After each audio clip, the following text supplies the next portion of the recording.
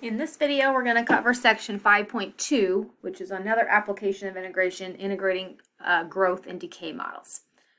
So the objectives for this section, be able to find future value of an investment, find accumulated future value of a continuous income stream, find present value of an amount due in the future, find accumulated present value of an income stream, and calculate total consumption of a natural resource. So these involve some formulas that we've talked about before. Okay, we're just now applying them to the integration application. All right, so these are the formulas that are going to be involved in this section. We'll talk about them again later here, but they just kind of summarize it on this first slide. So the growth formula, so just this part, you don't necessarily have to memorize this part. You can, but if you just know how to set up the definite integral and are able to evaluate that and just work it out, this is what you're going to get, okay, over here. So the p sub 0 is this starting value, okay, e to the kt, k is your growth constant, and then we integrate from 0 up to some value of t. Notice your decay function is very similar, the function that we integrate. The only difference between a growth and a decay is that the k value in the growth formula is positive, and it has a negative coefficient here in the decay formula. Okay, and the evaluation, notice here, is you get something very similar. It's just that you get e to the k minus 1, or I'm sorry, e to the kt minus 1 here, and here you're subtracting in the opposite order, right, with your negative power. So we'll be using these formulas as we work through this section. All right, first definition. If P naught or P sub 0 is invested for T years at interest rate K compounded continuously, then P of T equals the initial value invested, that P naught or P sub 0, times e to the kt. Where P equals P naught, or the P sub 0, represents the value at time t, the value of P, in other words, over here, is called the future value of the initial investment at an interest rate K compounded continuously for T years. Okay, so we've done some problems before with just compounding interest, so this is what we're using, the same function in this section. All right, so our first example, find the future value of $10,000 invested for 3 years at an interest rate of 3 compounded continuously. All right, we know that our given value, so first of all, here's our growth function. The P naught, the initial investment, is the $10,000. Time is for 3 years. And then the K value, if it says it's an interest rate of 3%, our growth constant, or our K value, is 0.03. We convert this to a decimal, divide it by 100 to get the decimal form. Right? So P of 3 is going to equal 10,000 e to the power 0.03, and then your time value t, right, for 3 years, which is 10,000 times e to the 0.09, and then using your calculator, 10,000, that's the decimal you should get for e to the 0.09 power, and then multiply that by 10,000. I would just probably type this whole thing in just all at once into your calculator rather than writing down the individual steps, but that's up to you. Be careful on rounding. This first step's not a bad idea, you know, just to simplify the exponent, but be careful on evaluating this and writing down decimals and then multiplying. If you don't carry enough decimals here, your answer could be off. Okay, and that would be a problem in my math lab because they will not accept it if it's not accurate. So the more decimals you carry here, the better. All right, so for accumulated future value of a continuous income stream, all right, so just future value, right, we just use our growth function like we did on the last example. If a continuous income stream, R of T, in dollars, is invested at an interest rate K compounded continuously for T years, then the accumulated future value of a continuous income stream is given by this formula. The amount equals e to the kt times the definite integral from 0 to t of that R of T, that's our continuous income stream, times e to the negative kt dt. If R is a constant, if R of t is a constant function, which it will be in the examples that you're going to see, you can avoid the definite integral here and just do the R of t divided by your interest rate k times e to the kt minus 1. Okay, so we're going to utilize this formula just because R of t is going to be a constant. All right, so our first example. Find the accumulated future value of the continuous money flow of $1,000 per year, flows at a constant rate into an account paying 2.5% compounded continuously for 15 years. All right, so here R of t is the constant. Okay, so we're going to use this formula. So our R of t, the continuous money flow of $1,000 per year, so it's $1,000. 2.8%, so converting this to a decimal, dividing it by 100 is where that's this 0.028, that's the k value. E to the power, again, the k value here is a decimal, the 0.028 times t, 15 years, that's the time, minus the 1. So you're just plugging into the formula. Okay, they cleaned up the exponent here to 0.42 and then evaluated, and we get $18,641.48. That's the accumulated future value if you're depositing $1,000 per year into this account and not just a fixed amount.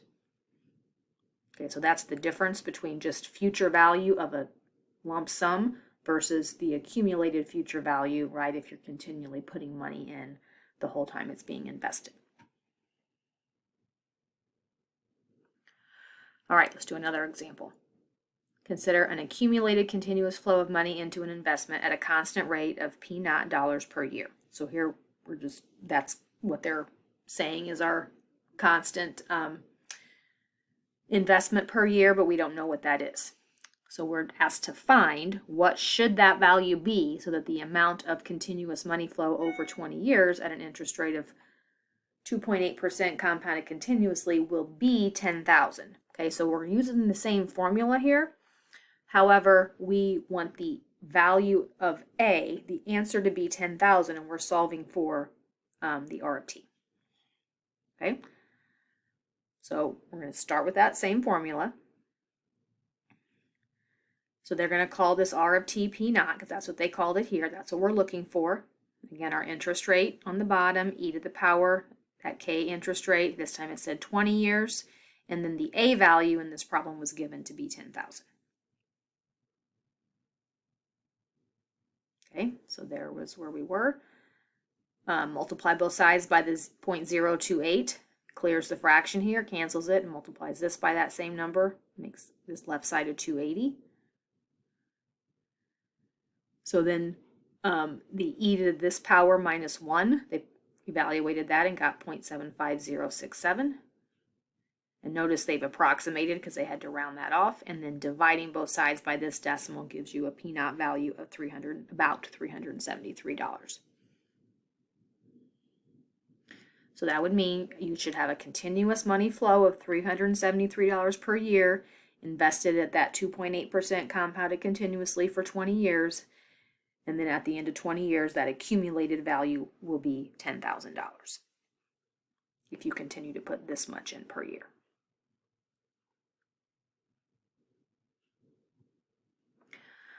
All right, so the second part of this section, we talk about present value. Okay, so the present value is the P naught value of the amount P due T years later at an interest rate K compounded continuously.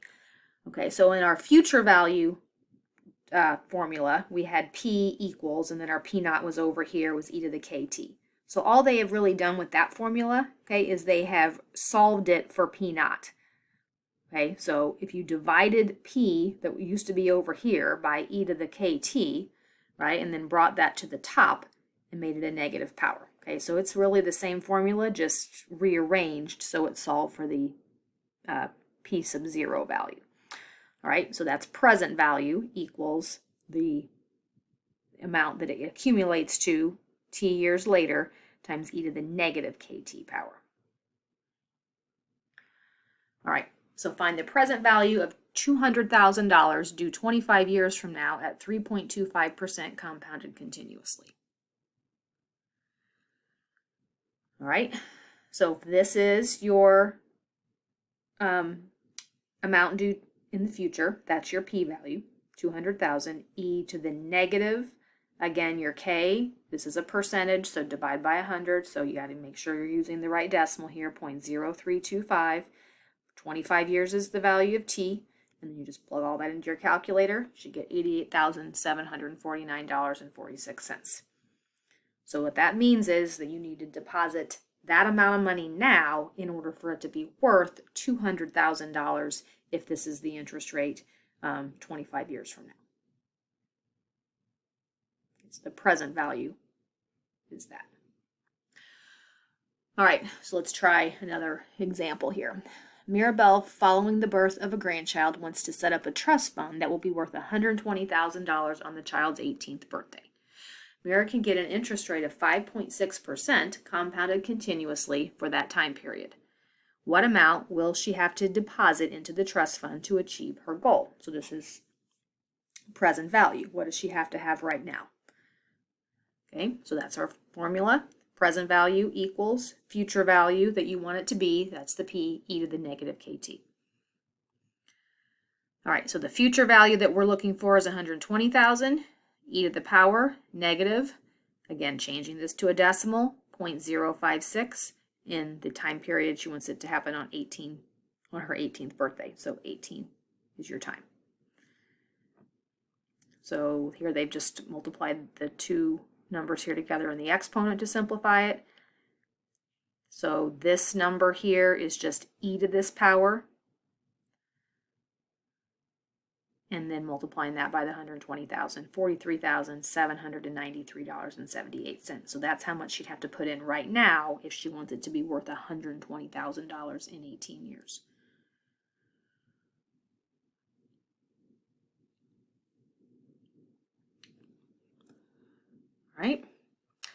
All right, so then our next calculation here is the accumulated present value, B, of a continuous money flow into an investment at a rate of R of T dollars per year from now until T years in the future, given by, that value is the integral from 0 to T, the R of T, e to the negative KT dt, where K again is the interest rate compounded continuously. All right, so here we want to find the accumulated present value of an investment over a 5-year period if there is a continuous money flow of $2,400 per year and the interest rate is 1.4% compounded continuously. All right, so our formula, the continuous amount of money that they're putting in every year is $2,400, e to the power, negative, again, your interest rate is a decimal, that's K, T. We're going to integrate that with respect to T over the time period 0 to 5 years. So our antiderivative here, the 24,000 just stays put. It's a constant. Kind of think of factoring it out if you want to. This antiderivative is the original function itself, but you divide by that coefficient of T and then evaluate between the 0 and the 5. So this number is the 2,400 divided by negative 0.014. Then they plugged in 5 and 0, right? And for T here, e to that power, plug in a 5 for T, minus e to, and then plugging in 0 for T. So this e to the 0 is what this becomes, which is the 1. So e to that power times that coefficient. So here we can they didn't give us an alternate formula for if R was a constant, right? But when it is, notice that what we're getting here is we're getting R divided by the interest rate, right? That's the 2,400 was the R divided by the interest rate in the front, e to the power of K times your T, right? Minus 1. And then when you clean that up, you get $11,589.63.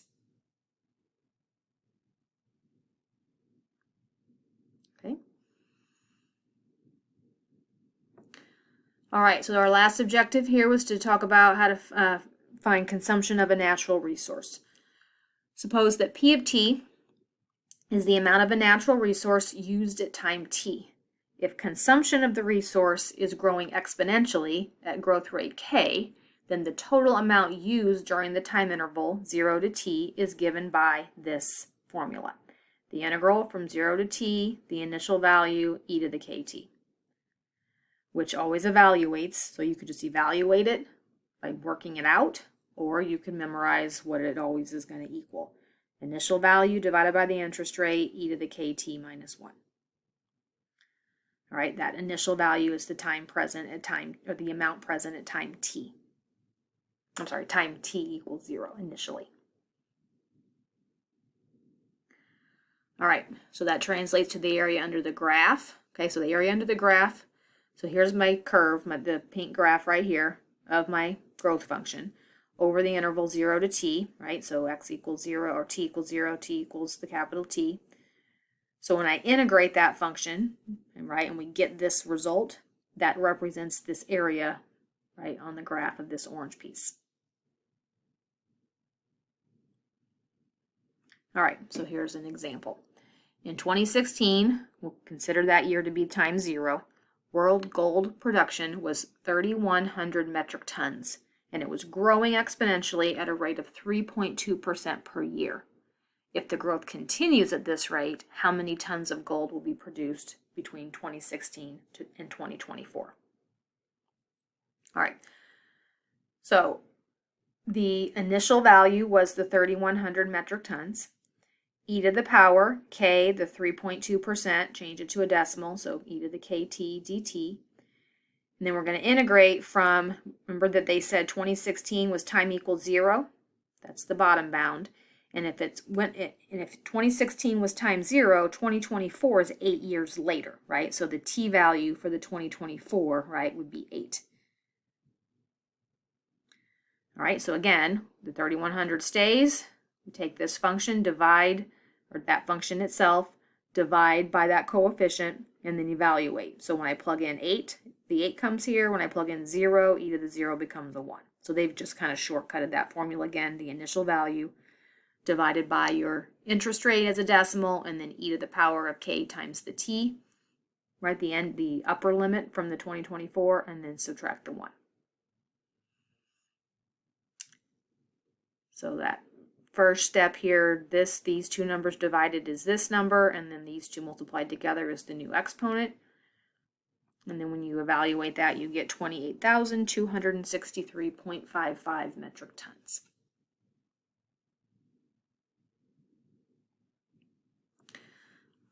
Okay, example number 6, another one. The world reserves of gold in 2016 were estimated to be 56,000 metric tons.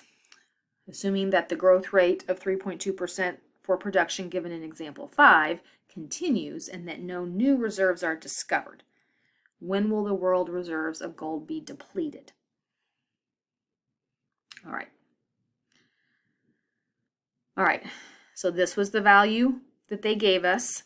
Let's go back here just to see what was provided. All right.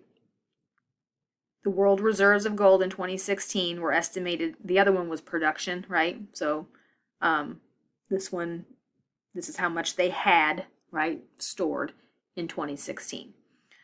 All right, we're using the same other information from example 5. Okay, so that's where they're pulling some of these other numbers from.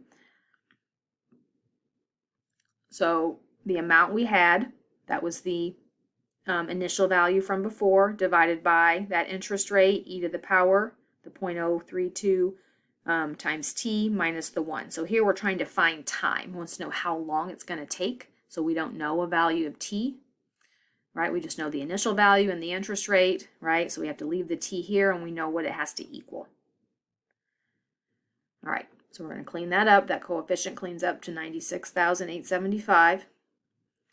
Dividing both sides by this 96,875, so 56,000 divided by this is this 0.578. Okay, and then the other thing is still left over here. Add the 1 to both sides. Now here we're going to have to use logs. So we got to solve for a variable that's in an exponent. So we take the natural log of both sides. This side we're going to keep like this for now. Natural log of e to a power simplifies to just the power. And then we'll need to divide by the 0.32 or 0.032. When we divide natural log of 1.578 by 0.032, we should get 14.26. So that means 14.26 years before the reserves are depleted. All right, so this is just another example of doing something similar. The movie Avatar is set in the year 2154 on the moon Pandora. Of the planet Polyphemus in the star system of Alpha Centauri. I don't know how to pronounce that. You guys have seen the movie, maybe you know better than me. All right, the conflict in the movie is centered around a precious but scarce mineral, I can't pronounce that one either, Botanium. All right, so part A. In 2010, the universe's production of that mineral was 68,000 metric tons, and it was being used at a rate of 0.8% per year. If it continues to be used at this rate, how many tons of it will be used between the years 2010 and 2024? Okay, and then that was like that, not the last example we did, but the one right before it. All right, and then part B, in 2010, the reserve of the mineral was 86,000 metric tons, assuming a growth rate of 0.8% again, and that no new reserves are discovered. When will the amount be depleted? In other words, when it's going to run out. So that's like the previous example we did. So if you'd like to try those on your own using the previous two examples, you can pause the video and do that, and then you can press play when you're finished to see how you did.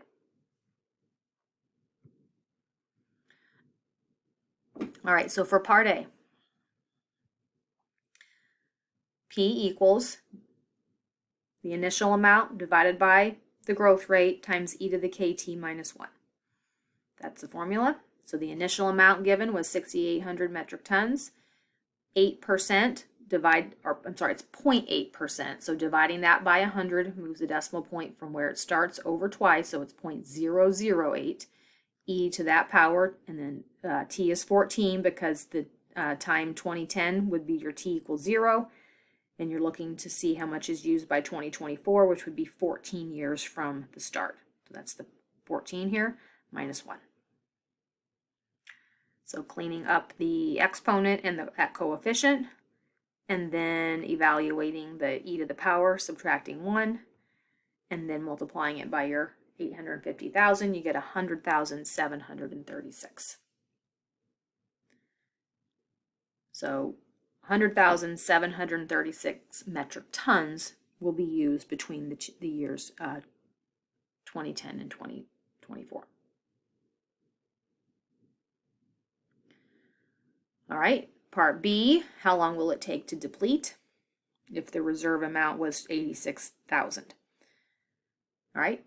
So this time we've got P equals, again, P naught over K, e to the kt minus 1. So here we're looking for T. We have the same interest rate, the same initial value, right, from what was given. Again, the interest rate underneath it right here, and then this time we know what the P value is. All right, so cleaning up your coefficient here. This should have still been 0.008t. I don't know why they have the 0.112 there. So this coefficient would have simplified to this again. Here they divided by the 850,000 on both sides, and it looks like they added the 1 over also. So if you just divide, you get 0.1012, right? That removes this. Then adding the 1 over gives you 1.1012, and it leaves this. This power should have been the same right here. That should not have changed. Then you take the log of both sides. So remember, the log of e to a power is just the power. And then dividing by the 0.008 gives you roughly a t value of about 12. So that would mean the universe's reserves will be depleted in 12 years, or by the year 2022.